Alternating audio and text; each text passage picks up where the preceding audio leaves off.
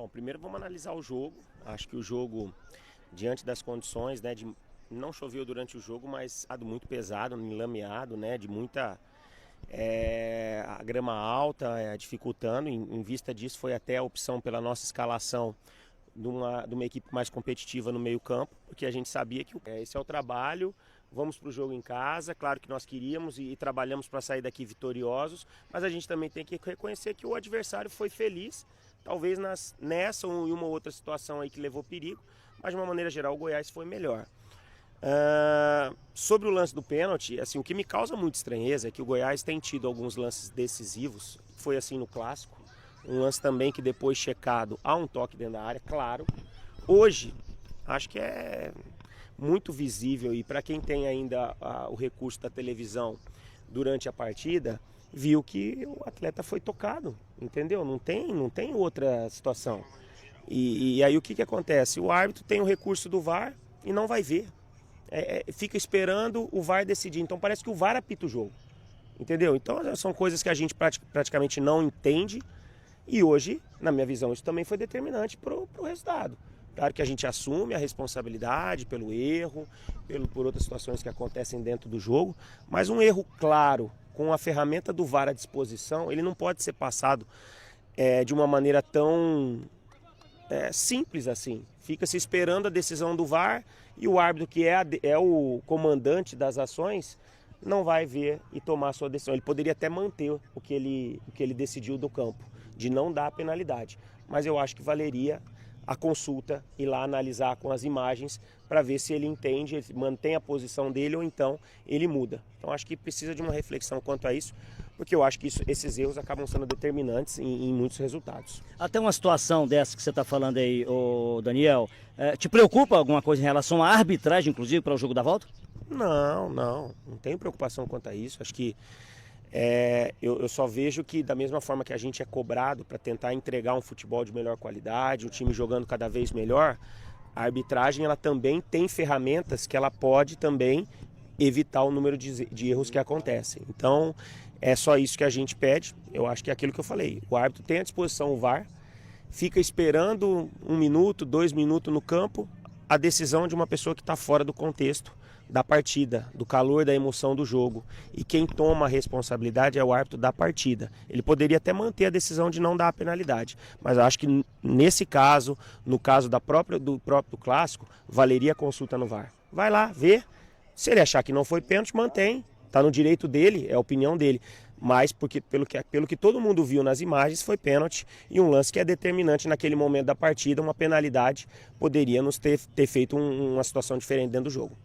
E Daniel, naquele jogo aqui da fase inicial em Catalão... Mas volto a dizer assim, isso aí não foi o responsável pelo empate, tá? A gente entende, a responsabilidade do empate é nossa, mas vamos seguir trabalhando, mas é um lance decisivo que influencia dentro do jogo.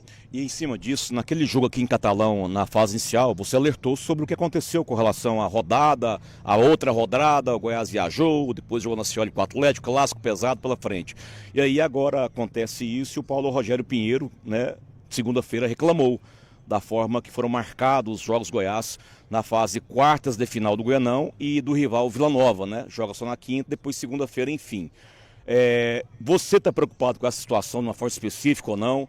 Dá tempo para ter recuperação ideal para o jogo sábado contra o Craque na Serrinha ou não?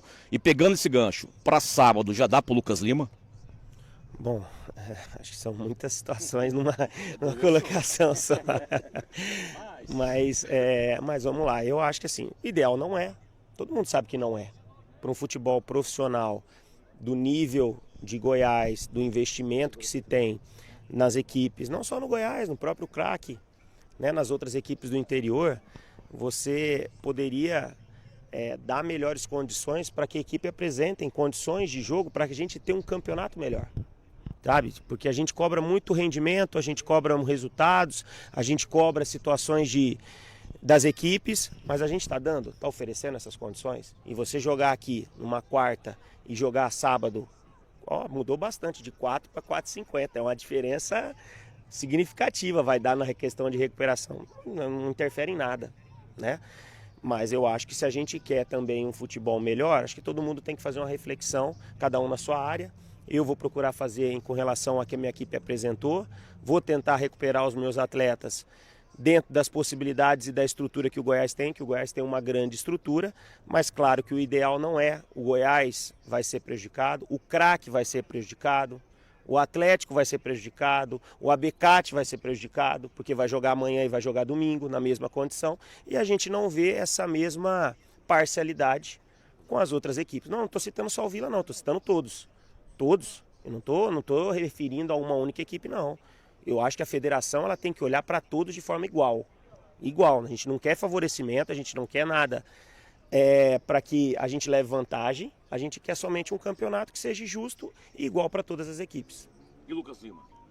Lucas Lima, como eu disse na última entrevista, é um atleta que está sendo avaliado diariamente, está evoluindo, vamos aguardar amanhã, a gente volta agora, devemos chegar em torno de 3, 4 horas da manhã, vamos já direto para a Serrinha, iniciar a concentração para o nosso jogo, até para que os atletas possam ter uma recuperação melhor. E amanhã à tarde todos estarão no treinamento, inclusive o Lucas Lima, e aí vamos avaliar como vai ser o treinamento dele amanhã para que possamos tomar uma decisão se ele vai para o jogo, se vai como opção, para que ele possa nos ajudar dentro da partida. Daniel, eu queria perguntar a respeito do primeiro tempo. No primeiro tempo o Goiás jogou com muita intensidade, mas nos últimos dias aqui em Catalão choveu bastante. Então o gramado não estava chovendo durante o jogo, mas o gramado estava carregado. E isso atrapalhou o fato do Goiás perder intensidade no segundo tempo? Não, eu acho que o próprio jogo ele diminuiu a sua intensidade no segundo tempo.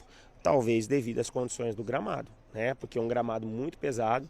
Encharcado, a gente vê em muitos locais marca de lama, né, de muito barro, e isso com certeza o atleta ele tem que fazer muito mais força, vai entregar muito mais energia dentro do jogo, tanto que as nossas trocas também dentro da própria partida, tirando talvez o Brian, que para tentar num passe, num arremate de fora da área ali, mas os outros muito mais em função de desgaste dentro do jogo, né, de dar mais energia para que a gente pudesse manter o nível de apresentação.